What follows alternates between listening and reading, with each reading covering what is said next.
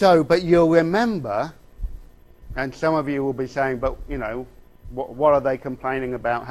Didn't they introduce a system of social security in 1911? Didn't they extend it to 11 million workers in 1921? Surely these people are being taken care of. And to a good degree, you'd be right. Okay, there is a new system of social security.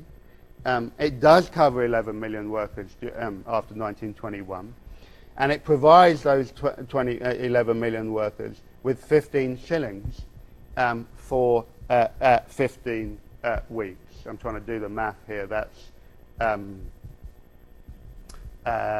probably around £2.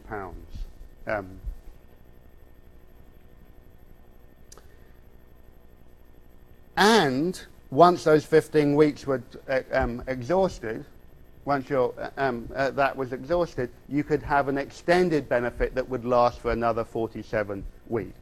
The problem was that extended benefit didn't come from the Social Security Fund. Okay? It came from the public purse. So therefore, people claiming that money had to apply for it. Okay? They had to basically become supplicants for relief. They had to go and present their case to someone who would then decide whether they were deserving of an extended benefits for another 47 weeks. And throughout the 1920s and 1930s, the welfare provided to the unemployed becomes increasingly punitive. Welfare is increasingly treated not as a right that people should get because they've lost their job, but as something that punishes them for being out of work. In many ways, you can see the old idea of less eligibility that you saw in the Poor Law, where the conditions in the workhouse had to be worse than outside to try and compel people to find work, continuing into the 1920s and 1930s. Between 1920 and 1934, there were 21 pieces of legislation restructuring the administration of welfare relief. It was a hugely complex and arcane system that very few people understood, and very few people were able to even claim the benefits that they were eligible for. Worse still, in 1931, after the big crash and the formation of the national government, 10% of all welfare, of all forms of welfare were cut in an attempt to try and get government expenditure down. And at this point, they introduced the means test, which becomes a very hated and infamous procedure by which your income was not counted as an individual, but as a family unit.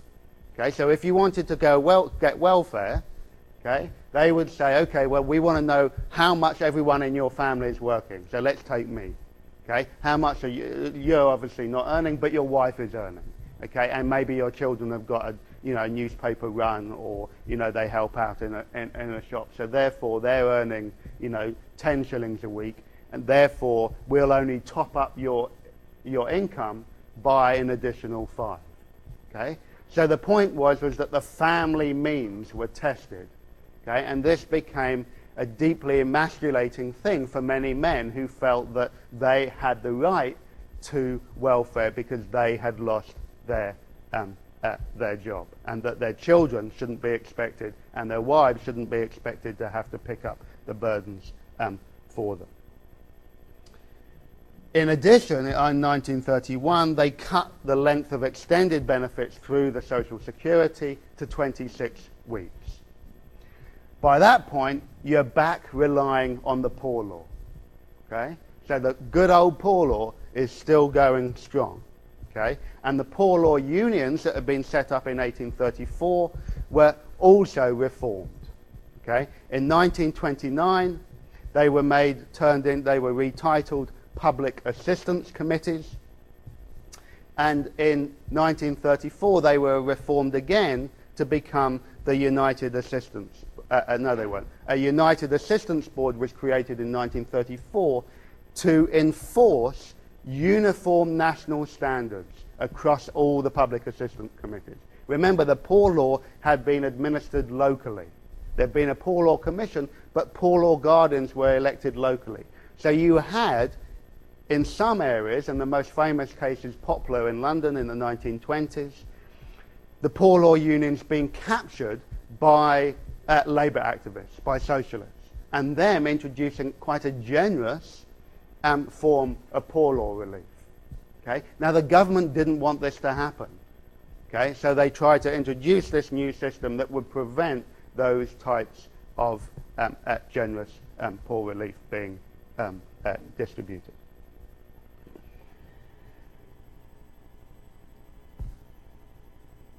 One of the outcomes of all of this was the political mobilization of the unemployed.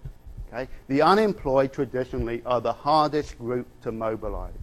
Okay? They weren't members of unions, they weren't members of political parties, and neither the Labour Party or the trade union movement in Britain represented unemployed workers. You had to pay your dues to belong to both, and the trade unions thought that they should just protect the interests of people who had jobs. So the unemployed were left basically hanging. Until you have this organisation, the National Unemployment Workers Movement, which was set up in the early 1920s, in 1921 I think, by essentially people who, shall we say, had very close links to the Communist Party. The leader of the movement really throughout these two periods was a man called Wal Hannington. Wal you should get, and this is Hannington.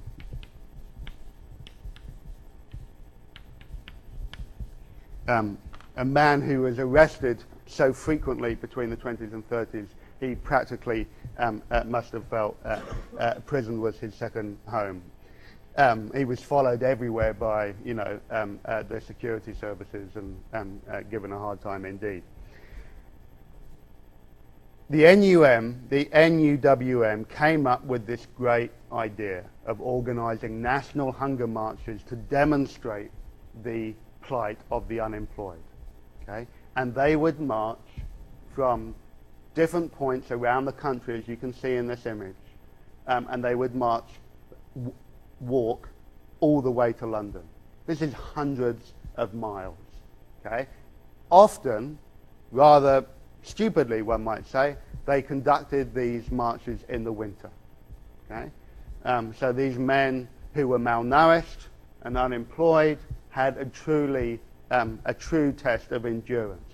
But in part, that was the reason why hunger marches were organised, to demonstrate that these men were both physically fit and that they were so determined to get work that they would march from Glasgow to London, or from Plymouth to London, or from Liverpool to London, or from Cardiff to London. Okay? You don't do that if you are not fired up and determined to demonstrate your capacity and eagerness to work. There are a whole series of these national hunger strikes organised. You can see the dates behind me. Ironically, however, they only become politically acceptable and embraced in 1936. Okay? So often with these hunger marches, what happens is they all converge in London, and then there's a big rally in Hyde Park, and they try and get a politician to present a petition to Parliament, okay, or to have a meeting with the minister concerned. Up until 1936, that never happened. No politician was prepared to present a petition, and no government minister was prepared to meet with them. In 1936, that all changes because of something called the Jarrow Crusade. Okay? Jarrow was this town in the industrial northeast, up here. I don't have a... Oh, I can do this, can't I? Up here. As I said, the big local shipyard got shut down. 80% unemployed in the town. The local MP, Ellen Wilkinson, gets together with the local Trades Council and decide that they're going to organise a non-partisan march, a march that represented the entire town, no political, no specific political party, even though Ellen Wilkinson was on the left of the Labour Party. Okay? But the whole point was that the march was not going to be called a hunger march, it was going to be called a crusade, and it was going to be non-partisan. So it could distance itself from the socialist and communist agitation associated with the NUWM marches. And it's hugely well received.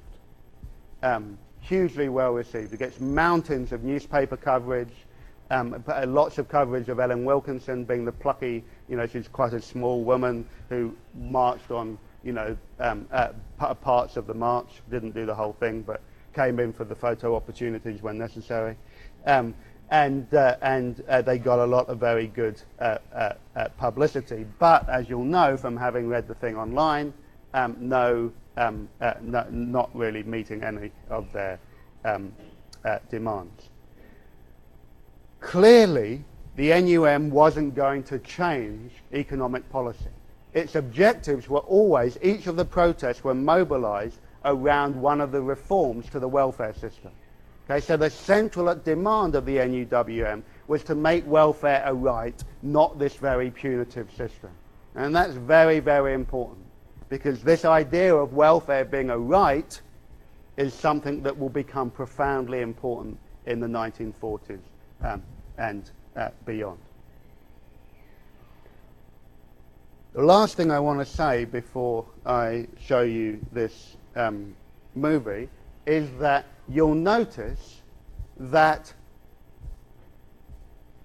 what is happening in these hunger marches is you have the North basically coming south. Okay? You're having working class men, unemployed men, heading down south. Many of them had never been to the south of England. Many people in the south had never seen the industrial working class. Sounds silly, but many people just literally had never encountered or seen working class men en masse. And interestingly, in some of the marches, they made a point of going through Oxford and marching through the universities of Oxford and Cambridge. And many young, bright undergraduates like yourselves had to face the condition of the working class in the North and were truly, truly shocked that such poverty existed in Britain. This, and I've messed up these slides, this creates a counter move, okay? Which means that you get this reverse journey. You have lots of affluent, middle class, left-leaning intellectuals suddenly deciding that they have to go up to the north of England and discover how people really live and try and publicize the conditions of industrial poverty in England.